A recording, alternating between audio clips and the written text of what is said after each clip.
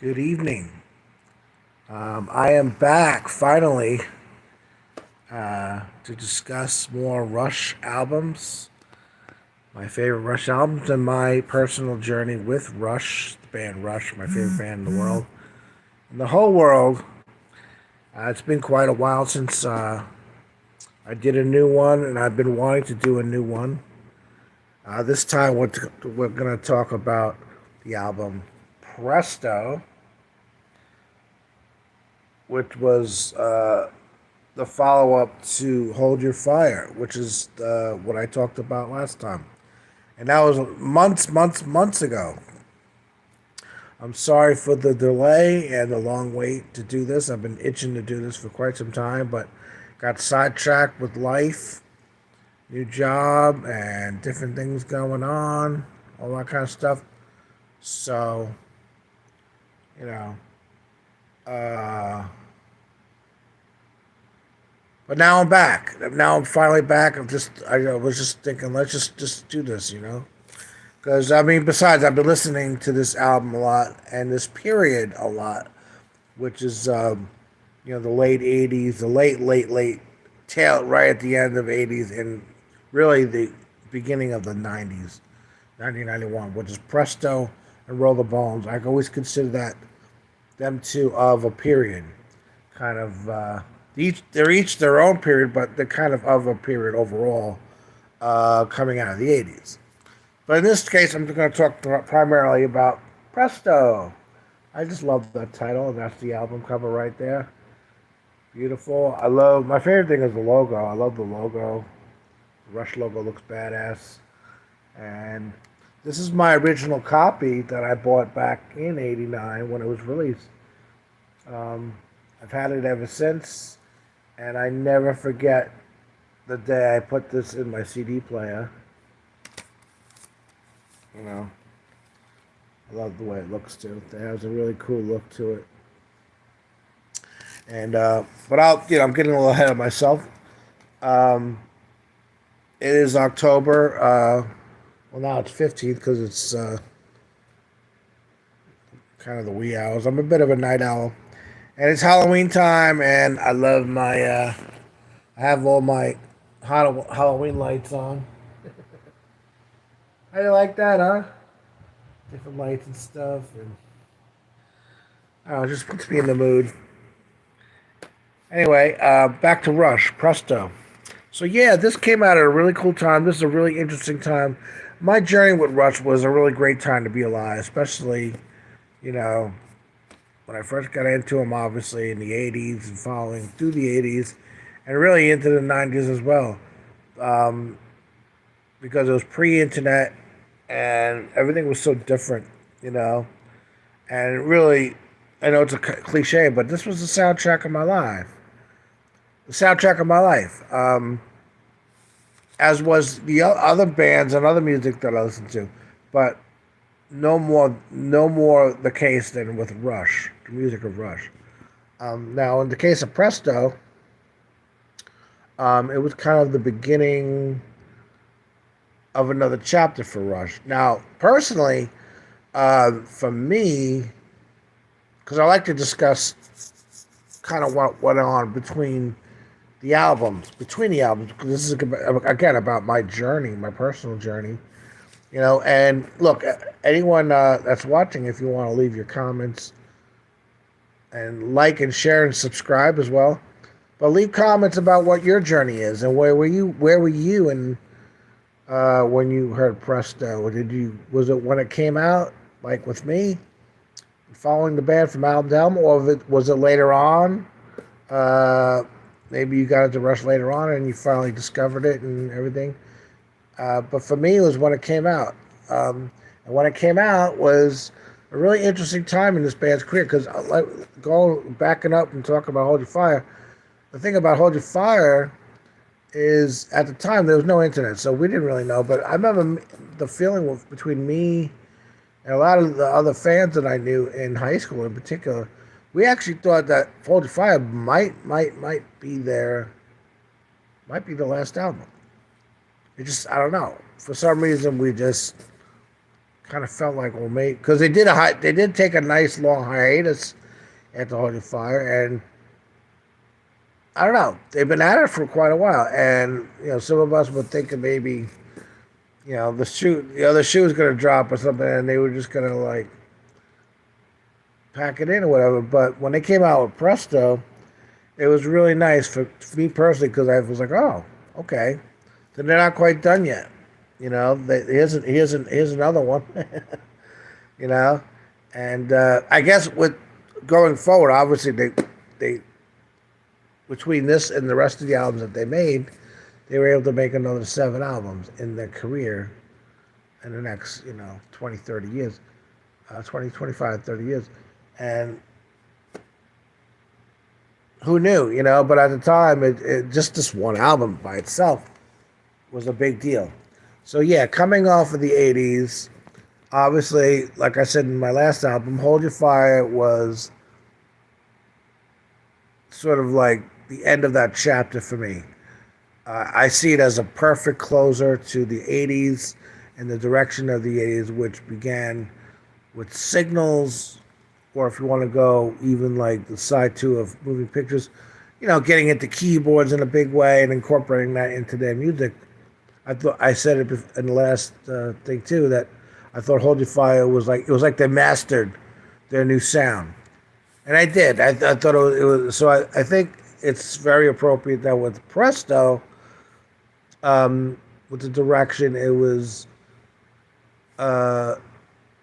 starting a new chapter, but in this way, saying to themselves, all right, we mastered our new sound. Let's carry on and do something different. And with this, they kind of went back to their roots, being more bass, drum, guitar oriented.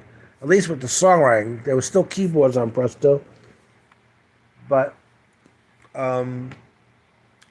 not as heavy. Not as heavy. It's there. They're in the background, but it's like the bass, drum, guitar are kind of the priority.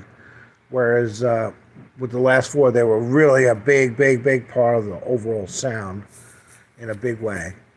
But yeah, I mean, and the band was also a bit, because when they had to play the songs live, they never wanted to add any of the musicians, which I totally agree with Rush. I totally think that was the right move, and to say we could do it ourselves. And let me tell you something. Those songs on Power Windows, Hold Your Fire, those are the most difficult songs for Rush to play because they're triggering all these other sounds and stuff by themselves. All 3 guys. Whereas with the older songs, they just, the bass, drum, and guitar, they got to do Hold Your Fire, all these triggers, all these keyboards and everything, they're triggering it with pedals and whatever. And all these other things while they're playing, especially Geddy, while he's playing bass and singing, and all these things together. He's multitasking, and they make it look so easy. So the band was really kind of burnt out from that, especially with Hold Your Fire. So I think they kind of said, all right, fuck it. Next album, man, we're cutting back on the keyboards and just gonna do right with bass, drum, guitar more. And I know I'm getting ahead of myself, but on the tour for Presto, because Geddy used to have, by this time, Geddy always had like, I think 4 synths to trigger all the different things he was doing, plus the pedals. Well, on Presto, it was 2 of them. They narrowed it down to 2, and I guess technology with MIDI was getting so much better that they were able to do everything with 2, and it put more room on the stage and like I said, he spent more time at the other microphone singing because he was just playing with bass. But then again, he's using his pedals too, so they were able to use the pedals more for the keyboards than just the actual synths, But that was sort of what happened with because I guess the other thing I discovered with the band was that their albums were in cycles. So this was the end of another cycle. It was so cool to be part of it. Whereas the other 2 cycles, when I'm talking about cycles, it's a cycle of 4, doing their albums in 4s. We had the first four records, you know. First album was just them, just establish themselves as a band in the studio, after being a bar band and getting signed and everything. And it was just about getting them started, just their career, recording wise. And then you fast forward to 2112, and then, you know, which I'll get into when I talk about that album, but that was an arrival. You have these arrival albums where kind of everything comes together and it's kind of the end of a chapter where they master the direction of the sound that they're after at the time. Well, 2112 was like that, right? And then they did a live album. That's the other thing I'll get into. And then they came back with Farewell to Kings. It was like a new chapter where they wanted to start fresh and try new things, you know. And likewise with Signals, that's where I jumped in. That was coming after Living Pictures and Exit Stage Left was a live album. And Signals began a new chapter. Well, in this sense, Presto is interesting because it's kind of like going back to the roots is part of the new chapter, you know. So now, personally, with me, there was a lot going on. Obviously, in the late '80s and early '90s, because I was starting college, going to Five Towns College, which was very exciting and interesting. But '89 was a really transitional year too, because a lot was going on, especially personally. Um, Presto came out right at a kind of a dark period and emotional period for me because it was the breakup of my first girlfriend, which I was with for 2 years, and I took that really hard. And so Presto came out at the perfect time. It's funny because like Rush has been there in the ups and downs, the good times and the bad times. You know, Hold Your Fire came out when I met the girl. Right around the time I met my first girlfriend, and it was very special. It was there for me as a soundtrack for that, which was very special. And Presto came out when we broke up. And so the sadness of that, and I was really, really broken up and shattered from that. But Presto was there for that. So the good times and the bad times, that's what's the power of music, you know. Um, so that happened, and then, like I said, going to college. I think by '89, the fall of '89, I was in my third semester, really second year, if you want to go yearly at Five Towns. And so that was going on, a lot of changes, working a lot at King Cullen, and all this kind of stuff. And then came out late in the year. I remember when they said they were making it. And what held me, what was great about '89 is in the beginning of '89 they came out with a Show of Hands a live album, and so the live album really was great because it was kind of a buffer between to kind of give us as Rush fans something to play with, something to listen to while they were making the record. You know, because they were in the studio all year long in '89 making this record. And so for us fans, a show of hands was something we could just listen to. And it was so fresh because like I said, there was no internet, so it wasn't like you can go on YouTube and uh, watch the live songs and hear what the sound. I didn't, you know, other than going to the concerts, I really didn't have any record of. I was so itching to hear Power Windows material and Hold Your Fire material live, what it sounded like live. Uh, you know, and my only reference about it was going to see the band live, but there was no recordings. I mean, there might have been bootlegs, but again, it wasn't like you go on YouTube or just go and they had kind of the stores for them, but really to come across it was very hard, very difficult, very rare. So finally, the Show of Hands comes out, and it's like, oh wow, we got live representation of some of these songs, like from Power Windows and Hold Your Fire. You know, everything else before that, like because we had the Grace Under Pressure concert and Egg Stage Left and all. But Power Windows and Hold Your Fire, there was a long time with those two albums that we didn't get to hear the live music. So Show of Hands, hearing stuff like Marathon and The Big Money and Mission, Manhattan Project live was really cool, really cool. So, but when I talk about live albums, I'll get more into that.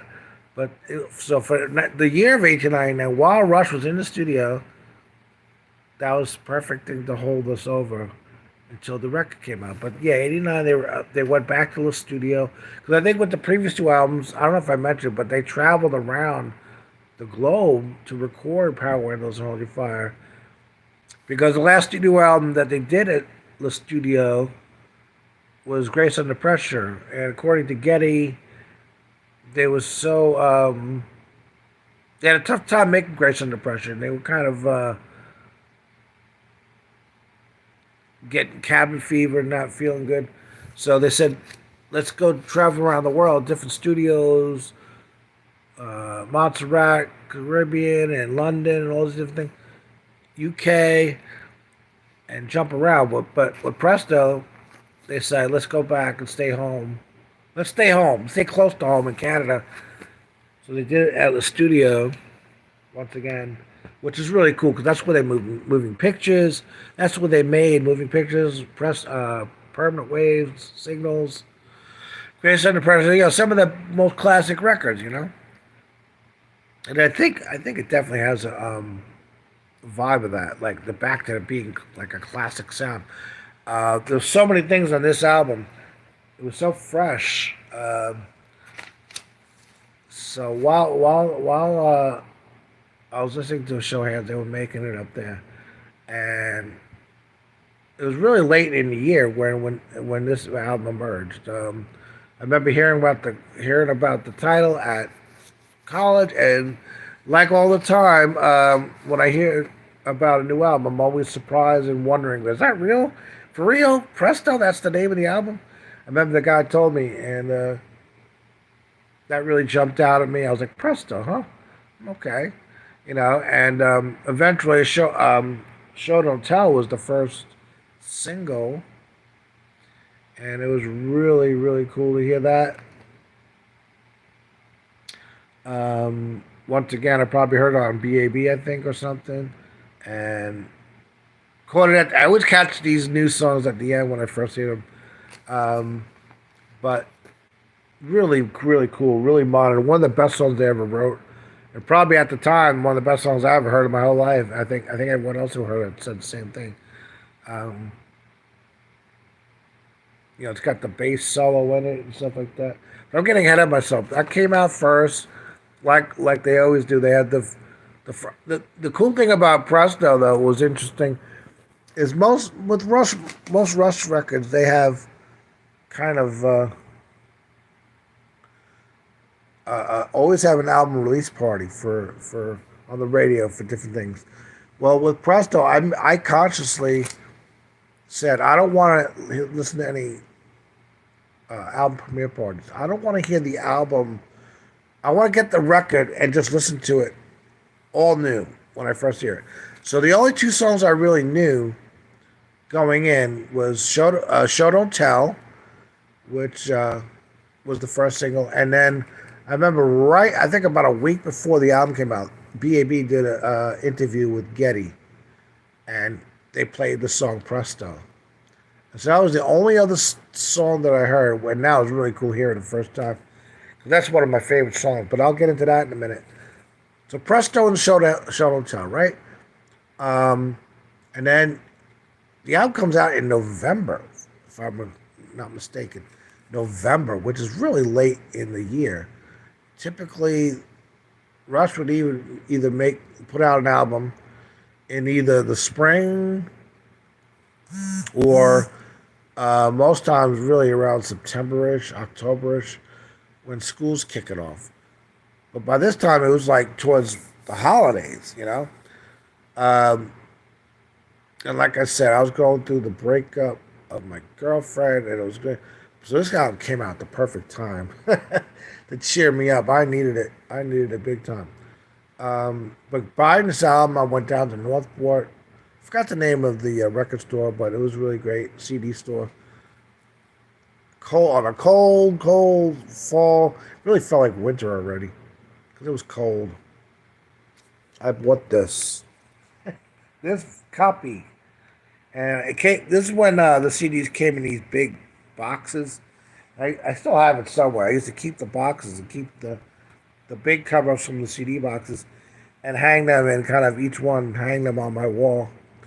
But I remember buying. I remember the day buying it. I always remember the day I bought these Rush records and coming home, and I never heard any of the rest of the songs. And just putting this CD in my CD player, saying, "All right, here we go.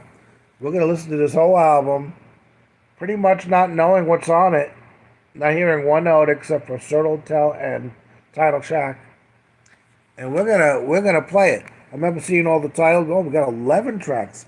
They got it up to 10 tracks on Hold Your Fire, which is me. Now they got 11. Okay, cool.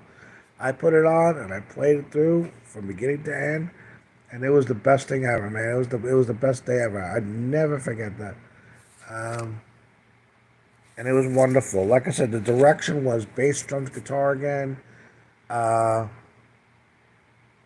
you're not having all those keyboards. Like I said in the last album, there's a lot of keyboards, but Alex's guitar stayed out. But nevertheless, there were a lot of keyboards. Um, but this one, they're more something in the background, as backdrops kind of thing. I think backdrops is the perfect description. But album kicks off with Show Don't Tell, with Alex Lifeson. One of Show Don't Tell. That opening riff.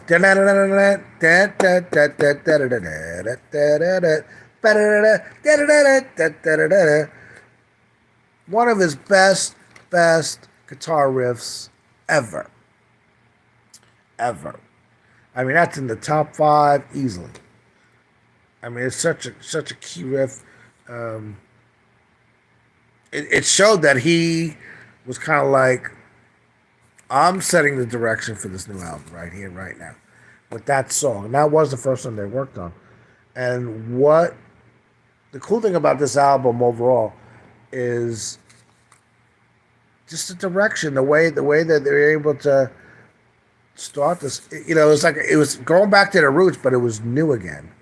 It was fresh again, and little getting ahead of myself, and then like using acoustic guitars, like on Presto, strumming again. Like they never did that in the '80s, really, with any of those albums, really, as far as like having strumming guitars like they used to in the early days.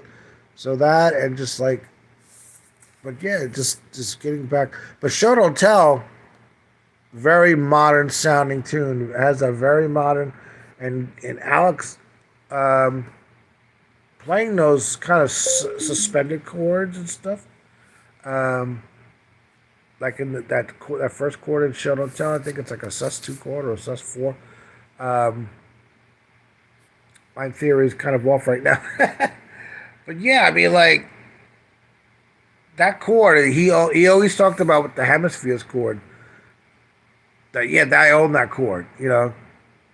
Well, I think he owns that chord too, the one that he uses in Show Don't Tell. He uses that in several songs, and you all know what I'm talking about. It's that opening chord, that chord.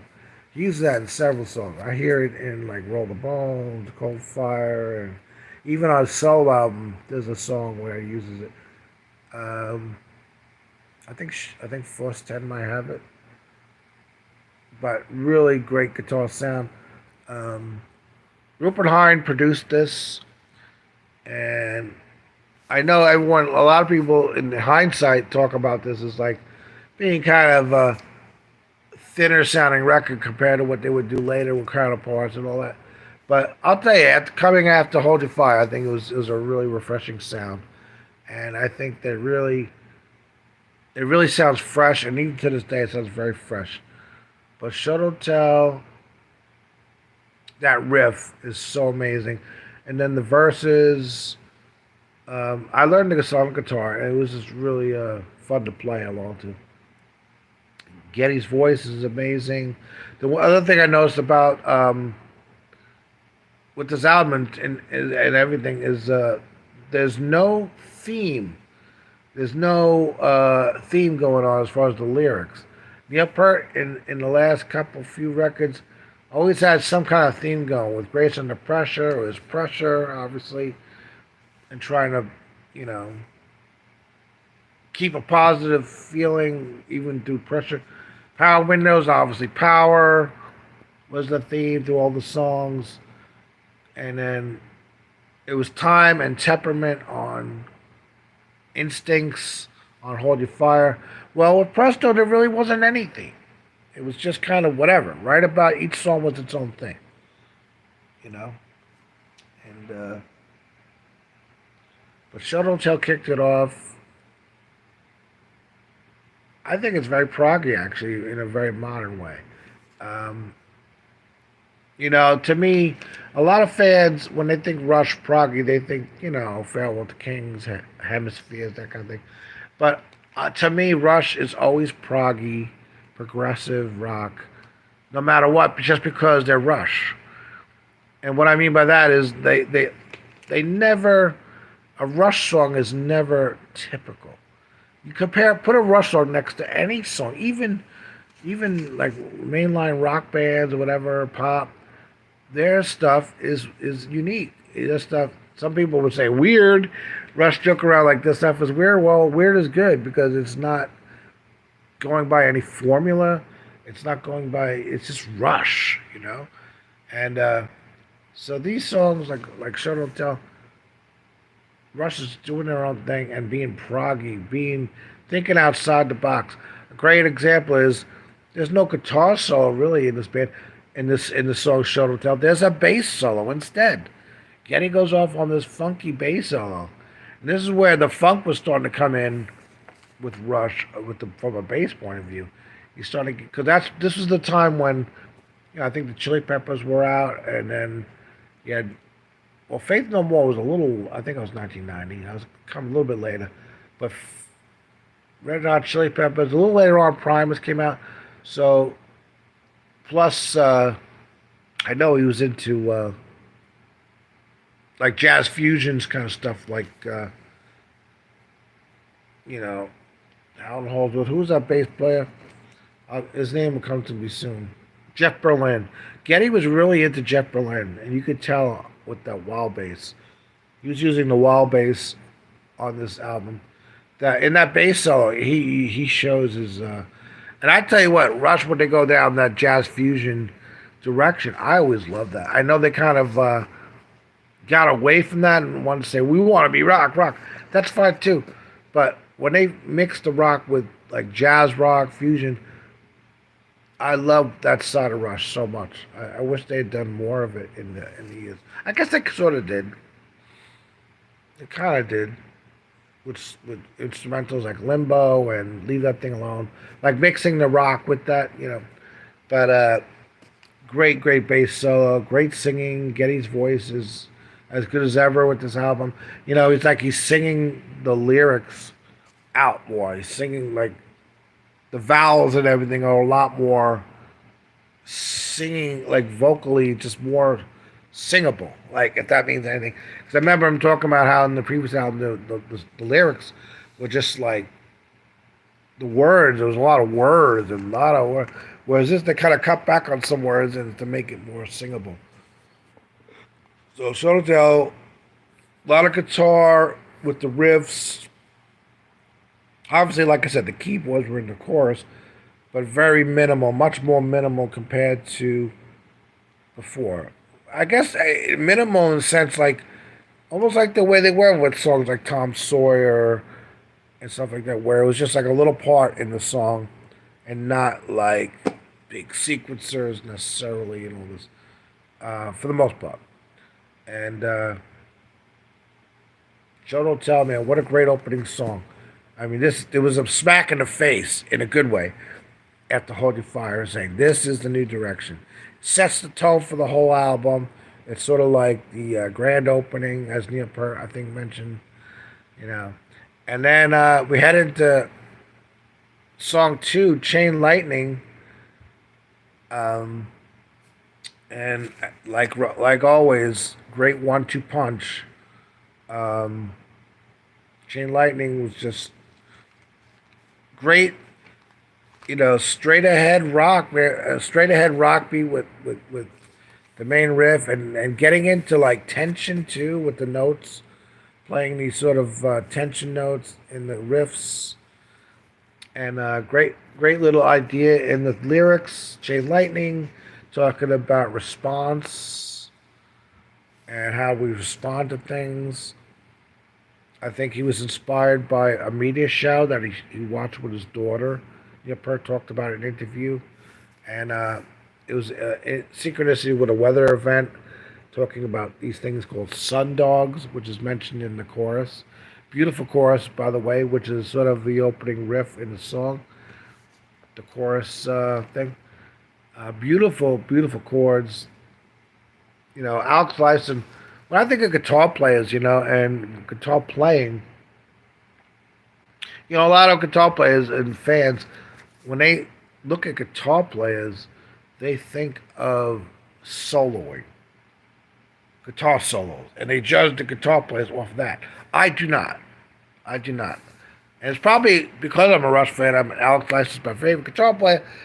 When I think of guitar playing, I think of everything they're doing in a song, every part, every riff, even if it's just holding or hitting a chord, which Alex, in this case, Chain Lightning, track 2, and many other songs, hitting a chord and just letting it ring. Da, da, da, da. Like, let it ring. Let it play out. There are nice chords. And just to back up in Show Don't Tell, there are these suspended chords that they play. There's a part in Show Don't Tell that's really, really the bridge right after the second chorus.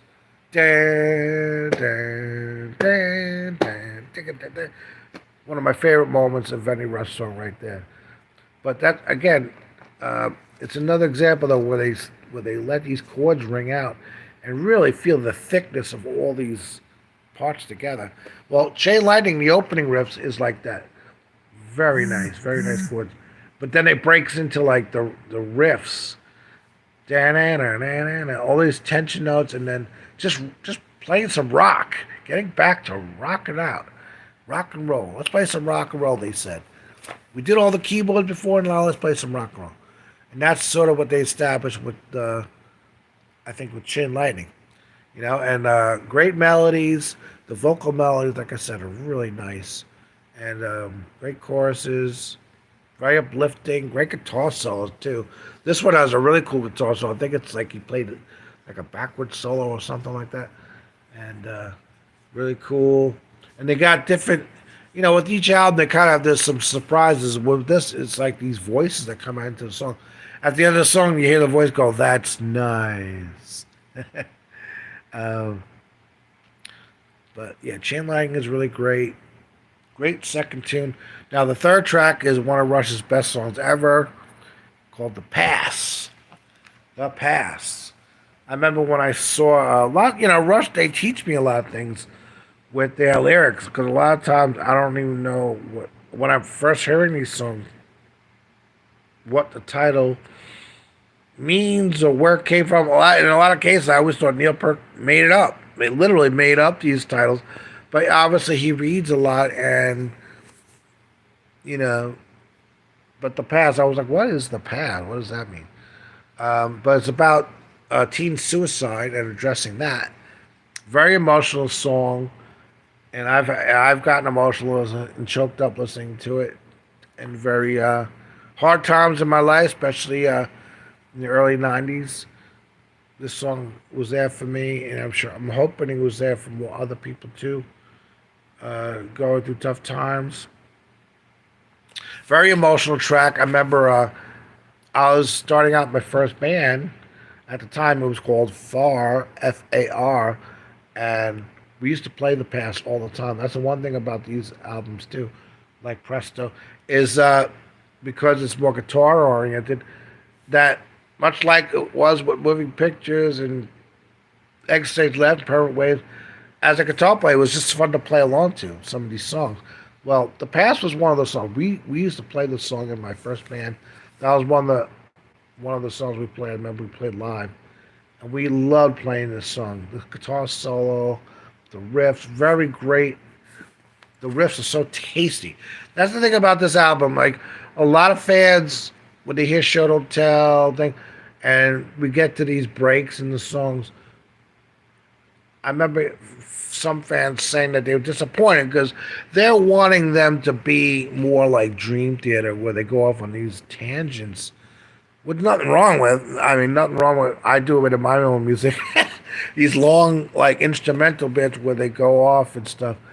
But Rush, they did that already. They kind of did that already with Hemispheres and things like that, and long tunes like Camera Eye and all that. They, in this sense, this time in their career, they were past that, and I always got that. I always understood that. In the tour book, he talks about it too. In the blurb in the beginning, the upper about how it's all about being concise, and at this point in their career, especially through the '80s, they learned how to be more concise and get more into the arrangements and get more into the craft of songwriting and trying to make a statement in 4 or 5 minutes that you know it's 4 or 5 minutes, but it has the same intensity and punch and impact that of eight, 8, 10 minutes, 13 minutes, 20 minutes song has. So like if you go back to like I don't know, Grace Under Pressure for me, like a song like Between the Wheels to me was like it's sort of like all right, 4, 5, 6 minute song, but it's like kind of like hearing 2112 in 6 minutes. Like the intensity of a song like 2112, 20 minutes, or Hemispheres, 20 minutes, you're getting that in like a Between the Wheels or whatever, um, Lock and Key, whatever. Yeah, you're getting this compact version of that. It's like we got 5 minutes. What can we do with this? And it's very difficult. And Rush has mastered this thing. That's what I love about these periods is like they're not sitting there going off and showing off all the riffs and how fast they can play. They did that already. They don't need to do what you. I mean, and look, I understand that as an instrumental musician, to want to do that, want to stretch out and see where else can we take this. But Rush was not about that at this time. It was more about being tasteful, having great melodies, a great feel, and like having like I said, 5 minute song and seeing how to make it impactful. Well, Rush was so good at this point in their career, and The Past is a great example of that. Fun to play, and even if it's if the some people call it holding back maybe, and not going off for 10 minutes, and still sounding great. Well, The Past was like that. Great guitar song, great compact little 4 minute song, I guess, or 5 minute song, and just fun to play. Great emotional lyrics by Getty. Um, One of my favorite lyrics, not as if this barricade blocks the only road, things like that. I guess I'll do another video. I always say this, but I'll do talking about the lyrics specifically. But that's the lyrics in The Past that always jumped out at me. Don't turn your back and slam the door on me. Listen to me, like don't, you know, the idea that it's not noble. Because people try to make it seem like it was a noble thing, like a samurai. No, like Neil said, I agree with him wholeheartedly. It's a tragedy someone dies, and you're not, it's selfish. It's a selfish act. It really is. When I hear about, oh yeah, a celebrity hung himself or something, I remember it was Robin Williams, I think, and everyone was all like, oh, it's so sad. Good, the guy had a family. His family was home, and he killed himself, and the other ones left like having to suffer, and that's it's a selfish act, and it's not right. It's not right. Find a way to get through it, man. Uh, Turn around and walk the razor's edge. Fight through it, man. Fight through it. You can do it, and you can. Talk to people, get help. You know. Um, But the great song, great lyrics. It got me through a lot of things. Obviously, here I am, 52 years old. So it got me through tough times. I'm sure it can others. These titles of the songs, again, are great too. I saw the titles. I remember like I said, remember, I'm listening to this album without hearing any of these songs on premiere or anything. So the past really great song would be one of the ones that was a really big single for Rush. But War Paint's the next track. That title alone, I saw War Paint. I was like, whoa, that's a cool title. That's another great song. Very riffy, very guitar riffy. You know, great bass in the verses by Getty. Very inventive bass parts. And like I said, there's keyboards going on in the background, just setting the atmosphere as backdrops. The melodies are really good. Um, Amazing guitar solo in Warpaint, one of my favorites. Alex is playing, uh, solo playing. Again, I don't like to think of guitar playing as just the solos. I mean, that's one aspect that you're looking at. I look at everything, the riffs. But in terms of guitar solos, yes, on Presto, he was really starting to get his chops going.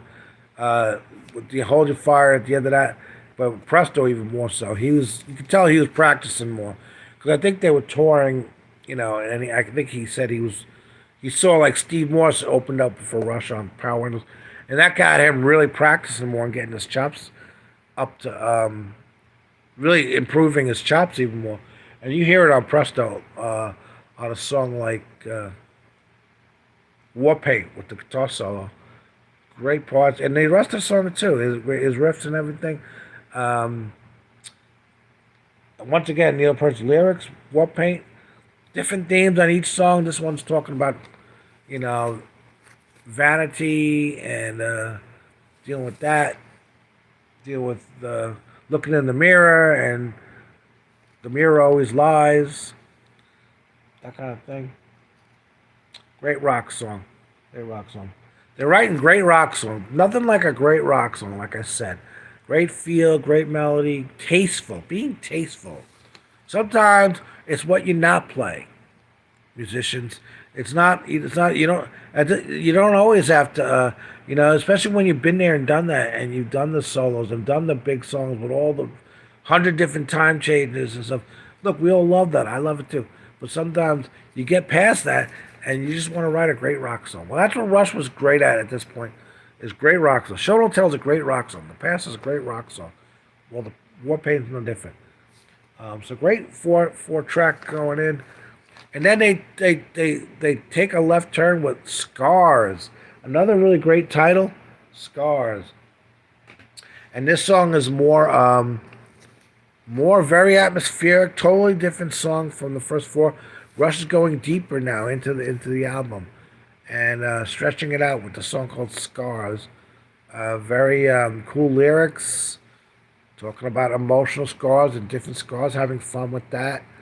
And this one has a little more keyboards in it with the I guess there's a bass part, but it's more of a bass sequence that Getty created on the keyboard, and then so there's the one song that doesn't have like a bass guitar, but it has a bass coming from the keyboard that he created, and then I guess with this it's more about the percussion than anything. The star of the song Scars musically is the percussion, which would later be incorporated into Neil Peart's drum solos live. Because even later on after this tour, when they didn't play the song live, he would play the drum part live as part of his solo. Every time they came to that part, I was like, "Oh, that's Scars. That's Scars." And the cool thing is too with the drum part, he's playing the snare but drum part with his foot because he's doing all these percussion things at the same time. So that's definitely the star of the thing. Alex guitar soloing and playing very bluesy, very soulful. And the song rocks out too in its own way. It totally rocks out. Scars, atmospheric pleasure, atmospheric. I forgot the lyrics. I know I used it on by heart, but atmospheric changes make them sensitive again. He says over and over, and usually, someone said it whenever he repeats something in a song, it's not for no reason. I think it was that one lady that got them signed. She always says it. And I love listening to her talk, by the way. Um, they inspired me to do these videos, by the way, talking about the Rush albums. But in Scars, yeah, they repeat that line a lot, and it's really some great lyrics in this song. Playing along with the, like I said, emotional scars and different things like that. But it's very atmospheric compared to the first four tracks. Definitely a unique turn. But then after this, we get back to what this album really was focusing on, and Presto, the title track. Now, this song is based on guitar not only, but now we're hearing acoustic guitars strumming again, strumming like a folk kind of way, like the Rush used to do on songs like Cinderella Man and Lessons and things like that. We haven't heard that in quite some time. Quite some time. I think Permanent Waves too had a little bit of, well, a little bit. I think more so on Fell with the Kings and 2112 and making memories with the strumming, and so the verses in Presto. Wow, acoustic guitar. We haven't quite heard it like that in so long. None of the '80s albums had that at all. So you didn't think they were gonna ever do it again, and they did. That's the one thing I love about Rush is they would do something that you didn't think they were ever gonna do again. Well, Presto had that, and one of the best songs I ever wrote, in my opinion. I used to learn how to play this and play. I still like playing along to the song and singing it. Getty's vocal melodies on this song, especially when they get to the bridge. My favorite line is "I radiate more heat than light." When he sings that the second time, and the key goes up, the key of the melodic key, whatever. Oh, I just love that. I love the guitar solo, amazing. The song is so catchy. The chorus. Let me tell you about Rush. Another thing, the hooks in this song. Hooks, melodic hooks. Getty is a master at melodic hooks. I mean, the best ever. And in this song, no exception. Love it. And then it's also so great. The vocal harmonies. A lot of great vocal harmonies. Um, This was the only other song that I heard before the album came out, and it's like I had to listen to it a second time and a third time. I was like, wait, I gotta hear that again. The song just it resonates with you, and I think that if there's any theme on this album, it's that things resonate, response resonating, things resonating with you, staying with you. Well, this song, you can't listen to the song Presto and be like, you're gonna want to hear it again. That's the impact of this song, the freshness of this song. Um, it's like Rush were going back to the roots, but it was fresh again. It was new again. And for me, it was new because I really, the older albums I kind of went back to and learned. By this time, I knew pretty much all the songs. But now I was experiencing it for the first time as a new album. So the next song, Superconductor, I think, which if this was a record, it would be started off side two, and it's in 7/8, which is see, they're proggy. They are proggy, maybe not in the way that purist progressive rock fans want to think, where they're doing 20-minute epics, but it's more doing their own way of doing progressive, which is incorporating things like Odd Tom singing into just like regular riffs. So da da da da da da da da 7/8. It's 7/8, and that's Rush being Rush, and really has that red barchetta da da da. Those two notes that Alex loves. Again, a really catchy chorus in Superconductor, and we have a voice coming in that we haven't heard before. I guess with Time Stand Still, they had Amy Mann singing a little part because her female voice was perfect for her. Well, in this we have kind of like in the chorus, Superconductor. That voice comes in. We never heard that before, and it was like, oh, something new. But the riffs in the chorus is da da da. You have the bridge that's really, really hooky and everything like that. And then they break back into riffing out, man. Tasty.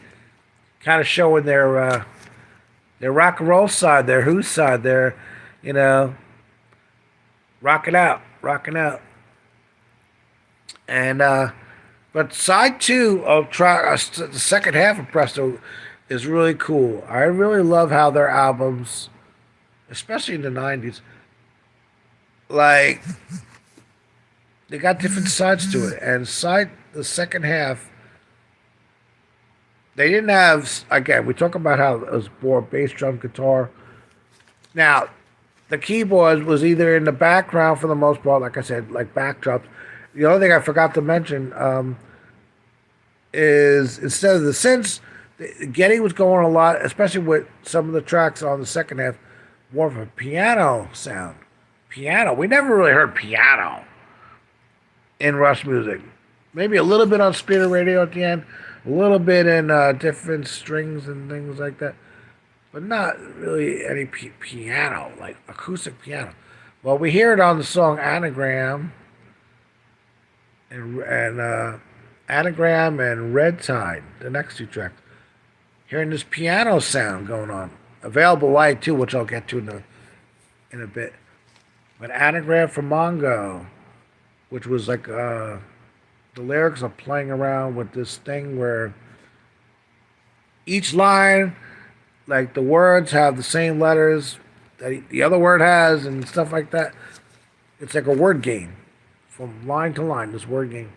But when I listen to Rush's music, I gravitate towards the music. I would say this. I gravitate towards the music for it. I'm listening to the songs as instrumentals, even with the vocals. The vocals to me are like part of an instrumental, and I'm hearing the melodies. So Anagram from Mongo, yeah, there's this thing going, but the sound of the words is part of that. And because of this game that he's playing in this song, it sounds so good. That song, Anagram, is one of the best songs I ever wrote. It's not, I don't know if it's really a live song. Could be, yeah, I guess it could be. And once again, too, the riffs, I'm kind of all over the place with this, but the guitar riffs in it, and especially in the verses, it's just like, yeah, playing power chords again. Playing a lot of more power chords. Obviously, like I say, he plays his sus chords here and there, but a lot more power chords on a lot of these songs. And but then the chorus comes in, it's like really great melodic hooks, really great chords in the background, chord progressions, beautiful melodies, but from Getty. I love it when he sings in his lower like register, like an anagram, things like that. So it's a really nice song, really nice song. I mean, when you haven't heard it in a while, you put it on, it's nice. It's nice. The Saints turn to sin when he sings that part. Sounds great. The Saints turning to sin. When he does stuff like that, it just sings like that. Just normal, instead of screaming his head off. I love it. It sounds great. Next song, though, Red Tide, is one of the best songs they ever wrote. In a sense, I think Red Tide was kind of a first draft of Dreamline in a sense, because those two songs have a lot in common. But that's one of the best songs on the album. Red Tide kicks off with that piano riff. Getty is so good when he writes with keyboards. I gotta be honest, especially with whether it's the piano or whatever. He comes out with some really great ideas. But that that's his little keyboard riff. Really great, really great. And then guitar solo is ripping in this song. And the theme, I guess they were talking about the environment and stuff like that with Red Tide. Lyrically and different ideas Neil was trying to express. Again, doing it in a very compact way, trying to say what he needs to say in a 4-minute tune, or say what he needs to say in a couple of lines instead of going off on a story or whatever. Like, let me say what I gotta say in a couple of lines here and there in these little parts. And Neil does that really nice. Even though, like I said, I usually don't study the lyrics until later on most of the time. For the most part, I'm like I said, listening to music. But this song definitely has very lyrics that where he's really trying to say something about the environment and stuff like that. Um, I'm always into the environment. I'm not much of a quote unquote man-made global warming person. I think it's natural and all that, but I'm not going to get into that. But the environment, yeah, I'm all for good having a good environment, clean environment, and if that's what the song's kind of getting at, I'm all on board. But musically, like I said, great chorus, great background vocals. Getty's voice sounds amazing. I love the way his voice sounds on this record. But Red Tide, no exception. Guitar solos ripping, and like I said, where you hear a lot more of the piano and sort of this really great melodic side, and because it's 11 tracks, they're really being able to stretch out a little bit more from song to song. And then the last two tracks, Hand Over Fist, are one of my favorite Rush songs of all time. So I remember Getty saying that he only thought looking back that the past, the past, and Show Don't Tell and Presto, that there was only a couple songs on here that were really good. I disagree, Getty. I think that there's a lot more profound songs on here than you realize. Well, Hand Over Fist is one of them. Hand Over Fist and Available Light, two of my favorite Rush songs of all time. Great. It's like if Show Don't Tell and Chain Lightning were great openers for the album, like a 1-2 punch. Well, look, as a closing the album, Hand Over Fist going into the running order I'm talking about, and Available Light, perfect way to close out the album. Perfect way. Well, Hand Over Fist has a really nice uh, opening keyboards just in the background, and great groove with Neil, and sort of funky riffs that he's getting a little funky, Alex, with the guitar there. And then with the verses, they break into more of a da-da-da-da, da-da-da-da, I think this was supposed to be an instrumental, by the way. Hand Over Fist was supposed to be an instrumental, and then Neil handed them some lyrics, and Getty started singing them. And look, when a part fits when a lyric part fits with an instrumental part, you got to do it. So that's what they did. And so, although instrumentally, I always think every song's an instrumental. I think Getty and Alex even said that every song they do is an instrumental, really, essentially. But as far as like, all right, no vocals, yeah, it was supposed to be one of those. But Hand Over Fist, one of my favorite lines of all time in this song. Uh, Meeting a passing stranger, feeling the strength in his hands, feeling the world expand. I love that line. I fucking love that line. Oh, like again, he says a whole lot of things in just a couple of lines. Instead of writing a big 20-minute epic, he's saying things. Whatever Neil was trying to do lyrically, he achieved it as far as saying what he needed to say with less words. Another great guitar solo with Alex, so soulful on this album. His tone, and just Alex, man. He's kind of like the other side of the spectrum. He could, from like Eddie Van Halen and people like that, like he could shred like the best of them. Not much into tapping or anything, but he could shred. But then it's like when he holds notes, it's not about how fast. It's sometimes, most of the time, it's about holding notes and bending notes and just being from here, playing from the heart and getting the perfect tone. And Alex just does that with this record. And he plays these just singing notes. They just ring and sing and resonate. I could just imagine when he was playing them, like the way he felt. But and then Getty singing, and the chorus is hand over hand doesn't seem so much, hand over hand. Strength of the calm touch. You keep singing that over and over, and it just sounds so good. I used to sing along to this album a lot too. I used to always sing along. Available Light is the closing track, like I said, and it's one of my favorite Rush songs of all time. It's one of the best closing songs of all time. It is such a gorgeous song. It's it's too bad they didn't play it live because this is one of the best songs ever. Available Light, last track on the album. I think it's arguably the best song on the album. On different day, I think it's a tie between this and title track for me, and the past. A three-way tie between those three songs as best songs on the album. Show Don't Tell is probably up there too, but Available Light is such. When you listen to Hold Your Fire and things like that, and then you listen to this song, as far as the direction of this album and stripping it down and getting back to bass on guitar and more of a trio thing.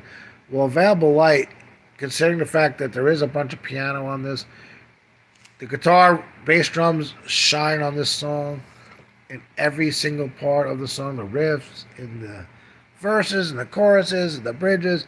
One of the best guitar solos that Alex has ever done. These jazzy. I think they are putting these sort of jazzy chords in some of these songs. Well, Available Light kind of has that very modern, kind of jazzy sound in some of these chord voicings that Alex has. Great singing from Getty. I mean, a lot of these YouTubers do where they listen to the songs and react to them. I might do something like that in the future, so that because I'm talking about these songs, and you know, when you talk about it without hearing it, and if you haven't heard the song, you kind of go, "Whoa, what are you talking about?" But one day I will do that, and when I do it, I'll point out what I'm talking about, these things I'm loving about it. But there's just so much going on. The song is so busy. You know, these songs aren't easier to play. These songs aren't easier to write. There's so much going on still in these songs. Like I said, they're not 20 minutes long. They're not 10 minutes long, but there's still just as much going on in a song like Available Light. They're very busy, just as busy as they are in a Hemispheres or in a Fell with the King's song or you know, something like that. Available Light's no different. That's a perfect song. The lyrics talking about light and traveling. It's really a song about traveling and seeing the world and soaking up as much out of life and out of the world as you can. As far as the lyrics, that rings home with me because I understand that. Neil had the luxury, you know, God rest his soul. That guy did everything. He did really visit everywhere on his motorcycle and everything else, with his bicycle and traveling and everything.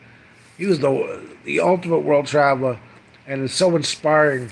You know, I don't know if I'll ever travel like Neil did, but at least I'm inspired to want to, and do what I can in my life for what I can do. But even if not, just enjoying life and to the fullest. You know, that's what that song to me means to me. But musically, like I said, because I always gravitate to music first, just freaking amazing. But that's about it as far as the tunes. And I'm sure I'll revisit this stuff and talk about it more in the future. The tour was really good. I saw it twice. You know, I had a little more money and I was a little more of an adult. I had a car now at this point in my life. So, and me and my good friend Blake were able to see this tour twice in one weekend. Meadowlands Arena, I think it was on a Friday, and then that Sunday at Nassau Coliseum in Long Island. Twice in one weekend. Amazing tour. The set list was mixed up a bit.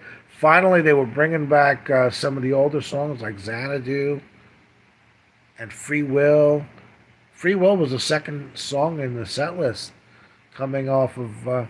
They opened up with Force 10, which was really cool on the tour, which was a great opener. But then they kick into Free Will. I was like, wow, they're playing this again. Like, you never thought they were going to play these songs ever again. You know, because they gave you that impression on the previous tours. But like Xanadu, they kept Mission in the set list. It was a great set list. They did a lot of the classics. You know, considering that they weren't doing the 3 hour show yet, it would have been nice if they were. Because there were songs on Presto I would have liked to have heard live. But because they were trying to juggle getting these older songs, they didn't really play as many new songs. Because the songs like Available Light, Chain Lighting, I would have loved to hear or have heard live. But like I said, they gave us Xanadu again. They gave us Free Will. They were bringing back all these old songs that they hadn't played in years, and it was a fun tour. Fun tour. 1990. The album grew on me. I would say it came out in November, so typically when records come out at the end of a calendar year, we listen to them more in the following year because all right, November, December, boom, you're into the next year. So in this case, it was 1990. So the tour was in the spring, and all through that winter and in 1990, Presto was the album. I made, as always, I would make a tape of it. I had the CD, but I would always make a cassette tape for my car because I didn't have a CD player. I had a tape player. And every day I listened to this record going to Five Towns, driving there and back. I did this with every album pretty much going forward, making a tape of it. And like I said, I had my mixes too. That's how I got to know. By this time, I knew all of Rush's songs from every album, because I would make mixtapes and just mix up the songs. And so I got to know the songs individually. So when I went back to the album, I could listen to the album and hear it in the context of the running order of that album.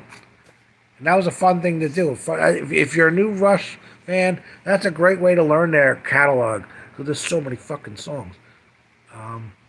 But the tour's great. Great time to be alive.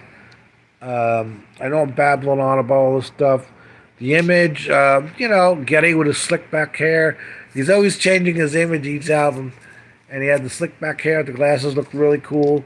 We started to see him wearing those rounded glasses. And he would wear them pretty much the rest of when we see Rush. He had his little image there. Only a couple of videos. The great video for Show Don't Tell. Love that video. The Past had a video too. But they didn't go too crazy with that. Like I said, no big theme. You got the bunnies on the front, coming out of the thing. They had two huge inflatable bunnies come out during Warpaint and Tom Sawyer bopping their heads. It was kind of funny. I thought that was a great thing. The bunnies. Cool shirt too. I remember having the tour shirt. I think something happened to it. I gotta see if I can get one. I love that logo. I really love that logo. Looks really cool. But this was the beginning of the '90s and the direction they would go. And like I said, having this one extra album, to me, it felt like an extra album, like a bonus album. Because after Holy Fire, I'd be honest, I thought that might be the end of Rush after Holy Fire. I don't know why. Not that they said anything about it, but it just, for some reason, we all felt like that. So when it came out, Presto, it was like, oh. After the 6-month hiatus, and then after it was really cool to have. Wow, we got another one. We got another one. Maybe if we're lucky, they'll make another one. And then they went on to make a bunch more, like Rolling Bones, which I'll talk about next time. This is pretty much what happened in the tour. Like I said, the sound. What else did I get into everything? CD. Yeah.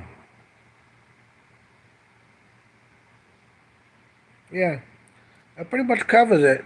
The tunes, like I said, I'll revisit these tunes one way or another, and maybe get into making videos where I listen to the songs and I point out what I like. That'd be really cool because then I could really show you what I like about the songs as a musician, pointing out the hooks and the different things. I'm gonna have to figure out how to do that. But for now, I'm just talking about them. This is the tour book. Like I said, I really enjoyed the tour. And this was the beginning of a fun period. The 90s were just as fun as the 80s. The 80s is my golden period for Rush. But coming after that, the 90s just as much. And starting this new cycle of doing albums in fours.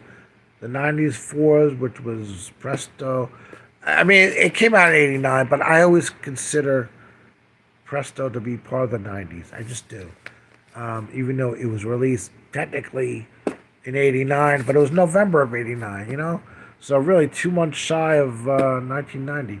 So it grew on me a lot in 1990. So to me, I consider this part of the '90s. I really do. So Presto, Roll the Bones, Counterparts, and Test for Echo is this chapter we're going to be start talking about. And eventually, I do want to talk about the previous albums before Signals.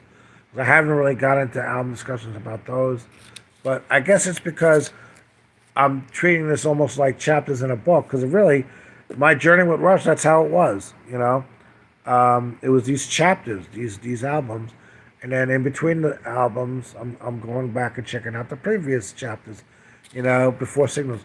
But eventually I'll get into those. But definitely Roll the Bones next, because Roll the Bones is just as special as this album was, starting this new journey, this new chapter with Rush, getting back to, I think this album, Presto, established, all right, we're back to the roots. We're back to bass on guitar being the priority. Yeah, we got keyboard still, but it's like as backdrops.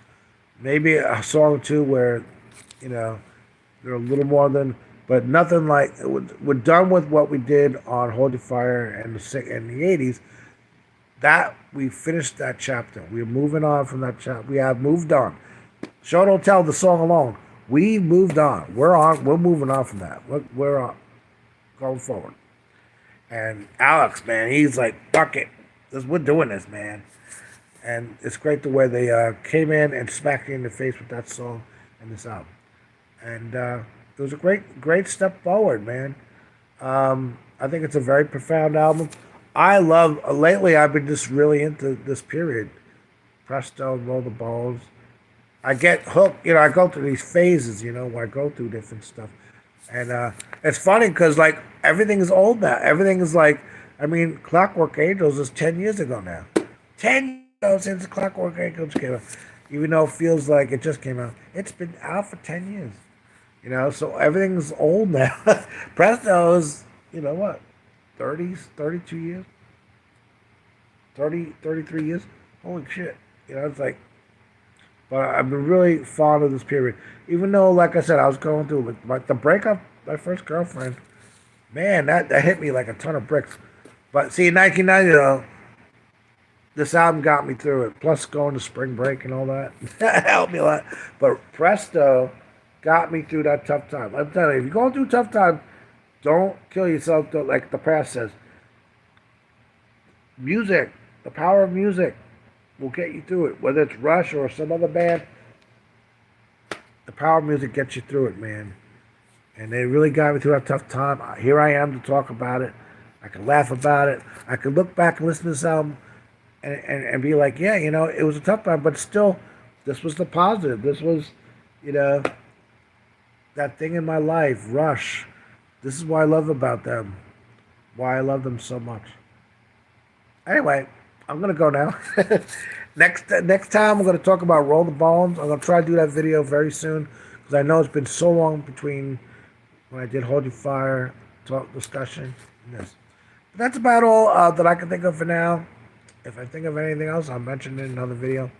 But till next time, enjoy this video, I hope, and like and subscribe. I know I don't have a huge audience. I pretty much do these things for myself, but tell me what you think too if you happen to be watching. What you think about Presto? Where were you? Tell me your take on the songs. Tell whether whatever you think, and let's have a discussion. Okay. Talk to you later. Bye. I'm out of here. Peace.